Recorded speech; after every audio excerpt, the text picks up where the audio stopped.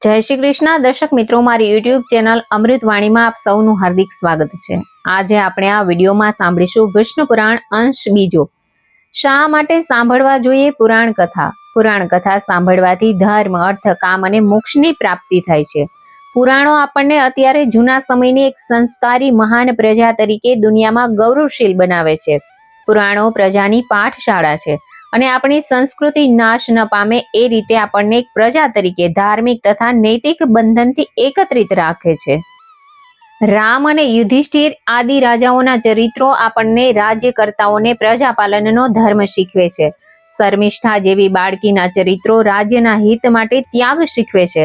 શ્રવણ ચરિત્ર આપણને મા બાપની સેવા કરવાનો, સતી ચરિત્ર આપણી સ્ત્રીઓને પતિ ભક્તિનો, રાવણની કથા આપણને અભિમાન ત્યજવાનો, પાંડવોની કથા જુગાર નહીં ખેલવાનો બોધ આપે છે।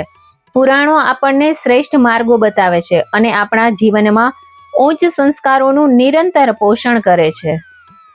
આગળના વિડીયોમાં આપણે પ્રથમ અંશના અધ્યાયનું શ્રવણ કરી ચૂક્યા છીએ। આજે આપણે આ વિડીયોમાં બીજા અંશમાં 1 થી 4 અધ્યાયનું શ્રવણ અને પઠન કરીશું।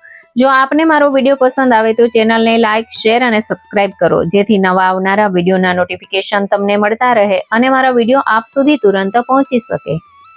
અધ્યાય પહેલો, પ્રિયવતની કથા। મૈત્રેયે બોલ્યા કે હે ગુરુઓમાં શ્રેષ્ઠ, આ જગત સૃષ્ટિ વિષયમાં મેં જે પ્રશ્ન કર્યા હતા તે સર્વે હકીકત આપે બતાવી દીધી છે। હવે હે મુનિ સમ્રાટ, હું કંઈક વધુ સાંભળવાની ધગશ ધરાવું છું। આપે મને મનુના 2 પુત્રો પ્રિયવત અને ઉતાનપાદ, એમાંથી ઉતાનપાદના પુત્ર ધ્રુવની કથા કહી। હવે મને પ્રિયવતની કથા કહો। ઋષિ સમ્રાટ પરાશરજી બોલ્યા, મનુના પુત્ર પ્રિયવત કદર્પ મહામુનિની પુત્રી કન્યાને પરણ્યા હતા। એનાથી એમને 2 કન્યાને 10 પુત્રો જન્મ્યા હતા।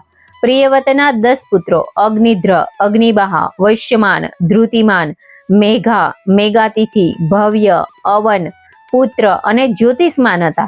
એમાં છેલ્લા પુત્રે પોતાનું નામ સાર્થક કરી બતાવ્યું। બળ અને પરાક્રમમાં પણ અજોડ હતો અને મહાતેજસ્વી પણ હતો। મેઘા, અગ્નિબાહુ અને પુત્ર આ 3 યોગા સિદ્ધિ પ્રાપ્ત કરીને ભાગ્યશાળી થયા હતા। એમને પૂર્વજન્મનું સ્મરણ હતું, એટલે રાજ્ય સુખ ભોગવવા તરફ મનમાં જરા પણ ઈચ્છા પહેલેથી હતી નહીં। કોઈ પણ વિષયમાં મમતા રાખ્યા વિના નિષ્પૃહ જીવન જીવતા હતા। પ્રિયવતે બાકીના બધા પુત્રોને 7 દ્વીપોનું રાજ્ય વહેંચી દીધું હતું। અગ્નિધ્રને જંબુદ્વીપ, મેઘાતિથિને પ્લક્ષદ્વીપ, વાયુષ્માનને શાલ્મષદ્વીપ, ધૃતિમાનને કૌંચદ્વીપ, જ્યોતિષમાનને કુશદ્વીપ, ભવ્યને શાકદ્વીપ અને સવનને પુષ્યદ્વીપ।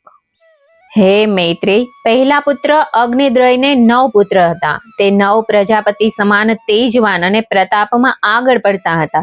તે 9 પુત્રોના નામ નાભી, કિમપુરુષ, ઇલાવ્રત, રમ્ય, હિરણ્યવાન, કુરુ, ભદ્રાશ્વ, હરિવર્ષ અને કેતુપાલ હતા। આથી જંબુદ્વીપ રાજ્યના 9 ભાગ પડ્યા। નાભીને હિમ દક્ષિણ ખંડ મળ્યો, કિમપુરુષને હિમકૂટ ખંડ, હરિવર્ષને નૈમેધ ખંડ, ઇલાવ્રતને મેરુ પર્વત વચ્ચેનો ભાગ, રમ્યને નીલ પર્વત, હિરણ્યવાનને શ્વેત ખંડ, કુરુને શૃંગવ્રત ખંડ, ભદ્રાક્ષને મેરુ પૂર્વનો ખંડ અને કેતુમાલને ગંધમાદન પર્વત ખંડ। આ રીતે પુત્રોને રાજ્યની વહેંચણી કરીને અગ્નિદ્ર મહાપવિત્ર એવા શાલિગ્રામ ક્ષેત્રમાં તપ કરવા નીકળી પડ્યા। હે મહામુનિ, કિમપુરુષની પાસે જે ભૂમિ આવી છે ત્યાં સિદ્ધિ સ્વભાવ સિદ્ધ થઈને જામેલી રહે છે અને ત્યાં વગર પ્રયાસે સર્વત્ર સુખની માત્રા જ દેખાય છે। ત્યાં કોઈ દુઃખી નથી અને કોઈ પણ માનવી અકાળે મરતો નથી અને ત્યાં ભેદભાવનું નામો નિશાન નથી। નાભીનો હિમખંડ તે આજનો ભારત વર્ષ લાગે છે। નાભીને વૃષભ નામે પુત્ર હતા, તેમાં સૌથી મોટો ભરત હતો। સમય જતા ભરતને ગાદી સોંપીને વૃષભ તપ કરવા ચાલ્યા ગયા હતા। તેમણે અતિ આકરું તપ કરીને શરીરને દુબળું પાડી દીધું હતું। લોહી અને માંસ સુકાઈ ગયા હતા। ત્યાર પછી તપસ્વી રાજા નગ્ન સ્થિતિમાં રહેતા અને વિટા નામની ઔષધિ મોંમાં રાખીને દેહ ત્યાગ કર્યો। ભરતનો પુત્ર સુમિત હતો, તે પણ ધર્મિષ્ઠ હતો। પોતાના પુત્રને રાજ્ય સોંપીને તે પણ શાલિગ્રામ તીર્થમાં યોગ કરતા કરતા સ્વર્ગવાસી થઈ ગયા। આ ભરત રાજા યોગ ભ્રષ્ટ થઈને શ્રેષ્ઠ બ્રાહ્મણ કુળમાં જન્મ્યા હતા। એની વાત આપણે પાછળ જાણીશું। સુમિતનો પુત્ર તેજસ હતો અને તેજસનો પુત્ર ઇન્દ્રધુમ્ન હતો. એનો પુત્ર પરમ શ્રેષ્ઠી હતો. પરમ શ્રેષ્ઠીને પ્રતિકાર નામનો પુત્ર હતો. આ પ્રતિકારનો પુત્ર પ્રતિહર્તા હતો. તેનો પુત્ર ભવ થયો. ભવનો પુત્ર ઉદગ્રીત હતો અને તેનો પુત્ર પ્રસ્થાર થયો. પ્રસ્થારનો પુત્ર પૃથુ હતો. પૃથુનો પુત્ર નક્ષ હતો. તેનો પુત્ર ગમ. ગમનો પુત્ર નર હતો. તેનો પુત્ર વિરાટ. વિરાટનો પુત્ર ધીમાન મહાન બન્યો હતો. ધીમાનનો પુત્ર મહંત હતો. મહંતનો પુત્ર મનુષ્ય. મનુષ્યનો પુત્ર ત્વષ્ટા. તેનો પુત્ર વિરજ હતો. વિરજનો પુત્ર રજસ હતો. રજસનો પુત્ર શતજીત હતો. આ શતજીતને 100 પુત્રો હતા. તેમાંથી સૌથી મોટો વિશ્વંગ જ્યોતિ હતો. આ બધા પુત્રોએ વંશ વૃદ્ધિ સારી રીતે કરી હતી. પ્રિયવતના વંશજોએ ભારત વર્ષમાં નવી જ ભાત પાડી હતી. ઉતાનપાદના વંશજોએ પણ પાછળથી ભારત ભૂમિને ભોગવી હતી. આ સઘળી સ્વયંભૂ મનુની સૃષ્ટિ રચના હતી અને તેનાથી સમગ્ર જગત સંપૂર્ણપણે ભરપૂર થઈ ગયું હતું. ઇતિ શ્રી વિષ્ણુ પુરાણે દ્વિતીય ભાગે પ્રથમ અધ્યાય સમાપ્ત. અધ્યાય બીજો ભૂગોળ દર્શન. મૈત્રેયે કહ્યું કે હે વિપ્રવર, સ્વયંભૂવ મનુની સૃષ્ટિ રચનાની વાત તમે મને કહી સંભળાવી. હવે હું સમગ્ર ભૂમંડળની ભૂગોળ જાણવાને આતુર થયો છું. હે મુનિવર, જેટલા સમુદ્ર, બેટ, ખંડ, પર્વત, વનપ્રદેશ અને નદી નાળા દેખાય છે અને દેવોની જેટલી નગરીઓ જણાય છે, એટલું આ સમગ્ર ભૂમંડળ છે. આ ભૂમંડળ જેના આધારે ટકેલું લાગે છે એનું સ્વરૂપ અને આકૃતિ વિશે મને જણાવો. પરાશરજી તરત જ બોલ્યા, પૃથ્વીના 7 દ્વીપો જંબો, પ્લક્ષ, શાલ્મલી, કુશ, કૌંચ, શાક તેમજ પુષ્કરના 4 તરફ 7 સાગર છે. ખારા જલ, ઇક્ષુરસ, મંદિરા, ધ્રુત, દધી, દુગ્ધ અને ધૂર જળના સાગર દ્વીપોને 4 તરફથી ઘેરાયેલો છે.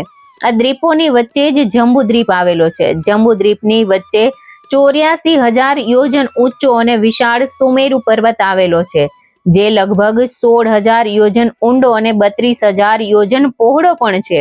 આ દ્વીપના દક્ષિણમાં હિમવાન, હેમકૂટ અને નિષદ પર્વત છે. ઉત્તરમાં નીલશ્વેત તેમજ શૃંગી પર્વત છે. નિષદ તેમજ નીલ લગભગ 1 લાખ યોજન, હેમકૂટ તેમજ શ્વેત 90,000 તથા શૃંગીનો વિસ્તાર 80,000 યોજન છે. આ બધા પર્વત 2,000 ઊંચા અને ઊંડા પણ છે. મેરુ પર્વતની દક્ષિણમાં પહેલા ભારત વર્ષ છે, પછી કિમુરુષ તેમજ હરિવર્ષ છે. ઉત્તર તરફ ક્રમશઃ રમ્યક વર્ષ, હિરણ્યમય વર્ષ તથા ઉત્તમકુરુ વર્ષ છે. આની વચ્ચે ઈલાવૃત વર્ષ છે. આ સુમેરુ પર્વત ઈલાવૃત વર્ષમાં જ અવસ્થિત છે. આ બધા ક્ષેત્રોનો વિસ્તાર લગભગ 9 સહસ્ત્ર યોજન છે. સુમેરુના પૂર્વમાં મંદારચલ પર્વત, દક્ષિણમાં ગંધમાદક, પશ્ચિમમાં વિપુલ અને ઉત્તરમાં શુપાર્શ્વ પર્વત છે, જે 4 તરફથી સુમેરુ પર્વતના કડીઓની સમાન છવાયેલો છે, જેની ઊંચાઈ 10,000 યોજન છે તથા એની પર લગભગ 100 યોજન ઊંચા કદનું જંબુ, પીપળ તેમજ વડના ઝાડનું સ્થિત છે. જંબુદ્વીપનું નામ જ જંબુ વૃક્ષને કારણે પડ્યું હતું. આ વૃક્ષોના ફળ ખૂબ જ મોટા મોટા હોય છે. જ્યારે આ ફળ પાકીને પર્વત ઉપર પડે છે તો એના ફાટવાથી જંબુ રસથી જંબુ નદી વહી નીકળે છે. આ રસને પીવાથી અહીંના રહેવાવાળા નિરોગી, પરસેવા, દુર્ગંધ અને ઇન્દ્રિય ક્ષયથી મુક્ત તેમજ સુરક્ષિત રહે છે. નદીના કિનારે માટી પણ રસ મિશ્રિત થઈને સુકાવા પર સુવર્ણમય થઈ જાય છે. સિદ્ધ પુરુષ એનો ઉપયોગ આભૂષણના રૂપમાં કરે છે. સુમેરુ પર્વતના આકાશમાં 14 સહસ્ત્ર યોજન સુધી ફેલાયેલી બ્રહ્માજીની નગરી બ્રહ્મપુરી છે. આની 4 દિશાઓમાં ઇન્દ્રાદિ દેવોની 8 રમણીય નગરીઓ આવેલી છે. વિષ્ણુના ચરણોથી નીકળેલી ગંગા ચંદ્રમંડળને પોતાના લહેરોથી ભીંજવીને સ્વર્ગની આ બ્રહ્માપુરીમાં પડે છે. અહીંયાથી તેના 4 દિશાઓમાં અલગ નામોથી સીતા, અલકાનંદ, યક્ષુ તથા ભદ્રાના નામથી વહે છે. પૂર્વ દિશા તરફથી આવતી સીતા એક પર્વતથી બીજા પર્વત થઈને સાગરમાં મળે છે. અલકાનંદ દક્ષિણથી થઈને ભારતમાં આવે છે. પછી તે 7 ભાગોમાં વિભક્ત થઈને વહેતી સાગરમાં વિલીન થઈ જાય છે. ચક્ષુ પશ્ચિમથી થઈને ઉસુમાલ વર્ષમાં વહે છે તથા ભદ્રા ઉત્તરના પર્વતો તથા કુરુ વર્ષના ઉત્તરમાં વહેતી સાગરમાં ભળી જાય છે. માલ્યાવાન અને ગંધમાદક પર્વત ઉત્તર તેમજ દક્ષિણની તરફ ફેલાયેલા નીલાચલ તેમજ નિષાદ પર્વતો સુધી ફેલાયેલા છે. સુમેરુ પર્વત આની જ વચ્ચે કર્ણિકા આકારમાં સ્થિત છે, જેની આસપાસ ઉત્તર દક્ષિણમાં જઠર તેમજ ઈવકુટ બે મર્યાદા પર્વતો છે. એની બહારના તરફ જ ભારત, કેતુમાલ, ભદ્રાશ્વર તથા કુરુવર્ષ સ્થિત છે. આ વર્ષ કમળના પાનની સમાન છે. સુમેરુ પર્વતની કંદરાઓમાં સિદ્ધિ, ચારણ વગેરે વાસ કરે છે. આ પર્વતો પર અનેક રમણીય નગર, ઉપનગર, બાગ બગીચા, ઉપવન, અગ્નિ, સૂર્યાદિના તથા વિષ્ણુ લક્ષ્મીના ભવ્ય અને વિશાળ તેમજ સૌંદર્યવાન મંદિરો બનાવેલા છે. આની પર્વત શ્રેણીઓમાં યક્ષ, ગંધર્વ, કિન્નર, રાક્ષસ, દૈત્યાદિ નિત્ય ક્રીડા કરે છે. આ પર્વત પ્રદેશ જ પૂરી પૃથ્વીનું સ્વર્ગ કહેવાય છે. આથી તેમાં પુણ્યાત્માને રહેવાનો જ અવસર પ્રાપ્ત થાય છે. ઇતિ શ્રી વિષ્ણુ પુરાણે દ્વિતીય ભાગે બીજો અધ્યાય સમાપ્ત. અધ્યાય ત્રીજો, ભારતની નદીઓ અને પર્વતોનું વર્ણન. પરાશર બોલ્યા કે યત સમુદ્રની ઉત્તરે હિમાલયની દક્ષિણે ભારત વર્ષ આવેલો છે અને ભારતીય લોકો રહે છે. અહીંની ભૂમિને કર્મભૂમિ નામ આપવામાં આવ્યું છે. આ ભારતમાં કુલ 7 પર્વતો મહેન્દ્ર, મલય, સહય, શક્તિમાન, ઋણ, વિંધ્ય અને પરિપાત્ર આવેલા છે. અહીંના લોકો કર્મમાં માનતા હોવાથી માણસાઈને સારી રીતે જાણે છે, ન્યાય અને નીતિના માર્ગે ચાલે છે, એટલે જ સ્વર્ગીય સુખ પ્રાપ્ત કરે છે. ભારતના કુલ 9 ભાગ કરેલા છે: ઇન્દ્રદ્વીપ, કથેરુમાન, તામ્રવર્ણ, ગર્ભિસ્થાન, નાગદ્વીપ, સૌમ્ય, ગાંધર્વ, વારુણ અને મધ્ય ભારત. આ ભારતની પૂર્વ દિશામાં ભીલ અને પશ્ચિમ દિશામાં યવન લોકો આવીને વસેલા છે. મધ્ય ભાગમાં બ્રાહ્મણ, ક્ષત્રિય, વૈશ્ય અને શૂદ્ર લોકો વસેલા છે. આ દેશની નદીઓ શતદ્રીપા અને ચંદ્રભાગા હિમાલયના નગરોમાંથી નીકળે છે. વેદ સ્મૃતિ પાર યાત્રા પર્વતમાંથી પસાર થાય છે. નર્મદા અને સુરસા વિંધ્યાચલ પર્વતમાંથી નીકળે છે. તાપી, યસ્તી અને નિર્વિદ્યારુણ પર્વતથી નીકળે છે. આ પર્વતમાંથી કૃતમાળ અને તામ્રવર્ણ નદી વહે છે. મહેન્દ્ર પર્વતમાંથી ત્રિમાસો અને ઋષિકૃત્યા નામની નદી વહે છે અને શક્તિમાન પર્વતમાંથી ઋષિકૃત્યા અને કુમાર નદી વહી જાય છે. આ બધી નદીઓના ફાટા રૂપે બીજી અનેક નદીઓ વહે છે. આ નદીઓના પ્રવેશમાં કુરુ અને પાંપાલ લોકો, કામરૂપ દેશના લોકો, પુંડકલિંગ અને મગધ દેશના લોકો, સોરઠસુર, આભીર અને મગધ દેશના લોકો રહે છે. ભારત વર્ષમાં 4 યુગ પ્રવર્તે છે: સતયુગ, ત્રેતાયુગ, દ્વાપરયુગ અને કલિયુગ. અહીં યોગીજનો અને સંન્યાસીઓ તપ કરે છે, યાજ્ઞિકો યજ્ઞ કરતા રહે છે અને પરલોક સુધારવા દાન પુણ્ય કરે છે. જંબુદ્વીપમાં લોકો શ્રી કૃષ્ણની પૂજા કરે છે. અન્ય દ્વીપોમાં ઓમ, વાયુ અને સૂર્યદેવની પૂજા કરે છે. ભારત સર્વશ્રેષ્ઠ ખંડ છે, કેમ કે આ કર્મભૂમિ છે. જ્યારે બીજે બધે ભોગને પ્રાધાન્ય મળતું હોવાથી તેને ભોગભૂમિ કહે છે. કેટલાય જન્મ પછી પુણ્યના પ્રતાપે મનુષ્ય જન્મ મળે છે અને તે પણ ભારતમાં. દેવતાઓ સ્વર્ગ અને મોક્ષ પ્રાપ્તિના અનેક ગીત ગાય છે. અહીં માણસો નિષ્કામ કર્મ કરે છે અને ફળ ભગવાનને સમર્પિત કરે છે અને શ્રી હરિમાં લય પામે છે. સ્વર્ગમાં પુણ્ય ખર્ચ થઈ જાય છે અને ફરી મનુષ્ય જન્મ મળે છે. આ એક નિર્બાધ સત્ય છે. ઇતિ શ્રી વિષ્ણુ પુરાણે દ્વિતીય ભાગે ત્રીજો અધ્યાય સમાપ્ત. અધ્યાય ચોથો, અન્ય દ્વીપોનું વર્ણન. પરાશર મુનિ કહેવા લાગ્યા, જંબુદ્વીપની ફરતો ખારો સમુદ્ર છે. એ જ રીતે પ્લક્ષદ્વીપના વિસ્તારની વાત અન્ય સંકલિત દ્વીપો સાથે વિસ્તારથી કહું છું. પ્લક્ષદ્વીપના સ્વામી મેઘાતિથિ છે. એમણે 7 પુત્રો ઉત્પન્ન કર્યા: શાંતહય, શિશિર, સુખોદય, આનંદ, શિવ, ક્ષેમક તેમજ ધ્રુવ હતા. અને લક્ષદ્વીપના જ્ઞાનખંડ એ જ નામથી પ્રસિદ્ધ થયા. પ્રત્યેક વર્ષ પર્વતોથી વિભક્ત કરવામાં આવ્યા. આ પ્રમાણે એના વિભાજન ગોમેદ, ચંદ્ર, નારદ, દુંદુની, સૌમક, સુમના અને સુભાજ પર્વત છે. અહીંયા પ્રવાસ કરવાવાળા પ્રાણી નુકસાન, લાભ, કષ્ટ, રોગથી મુક્ત સુખપૂર્વક રહે છે.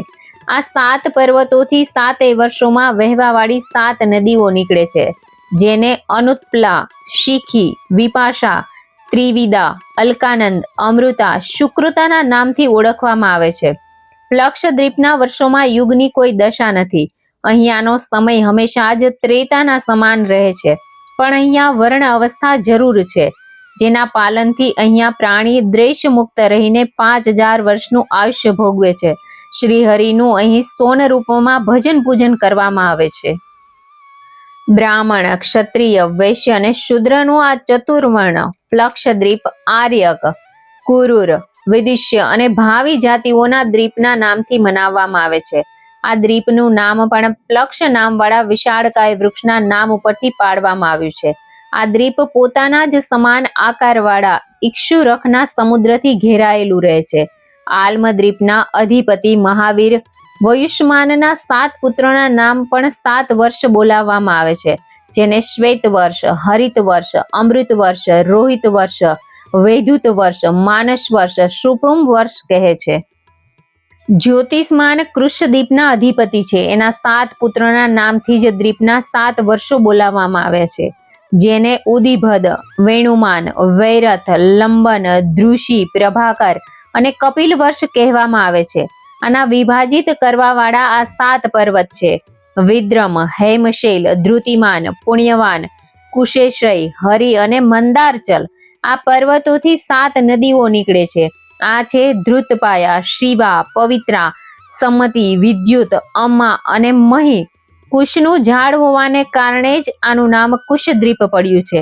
અહીંયાના ચતુર્વર્ણી પ્રાણી ધમ્મી, સુષ્મી, સ્નેહ અને મંદેહ કહેવાયા, જે ભજન પૂજનમાં વિશ્વાસ રાખતા હતા. કુશદ્વીપમાં જગત જનાર્દનની બ્રહ્મરૂપમાં પૂજા થાય છે. કુશદ્વીપ પોતાની ચારે તરફ સમાન વિસ્તારવાળા ધૃત સમુદ્રથી ઘેરાયેલ છે. સિદ્ધ ગંધર્વોથી સિંચિત અને સુગંધિત એક શાક વૃક્ષના આધાર પર એનું નામ શાકદ્વીપ પડ્યું.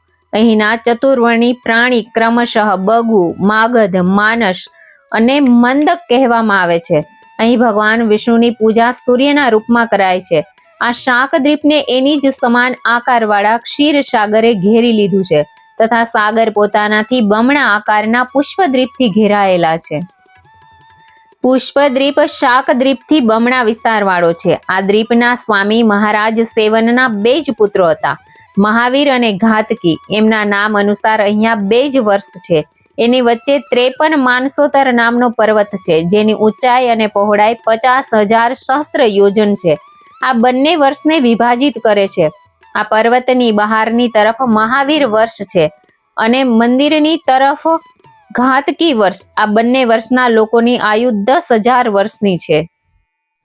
નદીઓ અને પર્વતો પણ ઓછા છે. અહીંયા પર બ્રહ્માજીનું ઉત્તમ નિવાસ સ્થાન એક વટવૃક્ષ છે. ભગવાન શ્રી હરિની જ અહીંયા પર બ્રહ્મના રૂપમાં પૂજા કરવામાં આવે છે. આ દ્વીપ પોતાના ફેલાવાવાળા ગોળાકાર મીઠા જળના સમુદ્રથી ઘેરાયેલો છે. મુનિ પરાશરે 7 દ્વીપો અને તેમની 7 તરફ ફેલાયેલા 7 સમુદ્રનું વૃત્તાંત સંભળાવીને કહ્યું કે પ્રત્યેક દ્વીપ પોતાના પહેલા દ્વીપથી બમણું થાય છે અને તેના ઘેરવાવાળા સમુદ્ર હંમેશા જળથી ભરેલા હોય છે. પરંતુ ચંદ્રમાની કલાઓને કારણે સમુદ્રનું જળ ઘટતું વધતું રહે છે. પાણીનો ઉતાર ચઢાવ 530 અંગુલ સુધી નજરે પડે છે. એમ પણ બતાવ્યું છે કે મીઠા જળના સાગરની ચારે તરફ એક સુમસામ સોનેરી ધરતી નજરે પડે છે. ઇતિ શ્રી વિષ્ણુ પુરાણે દ્વિતીય ભાગે 4થો અધ્યાય સમાપ્ત. જય શ્રી કૃષ્ણ. જય શ્રી વિષ્ણુ ભગવાન.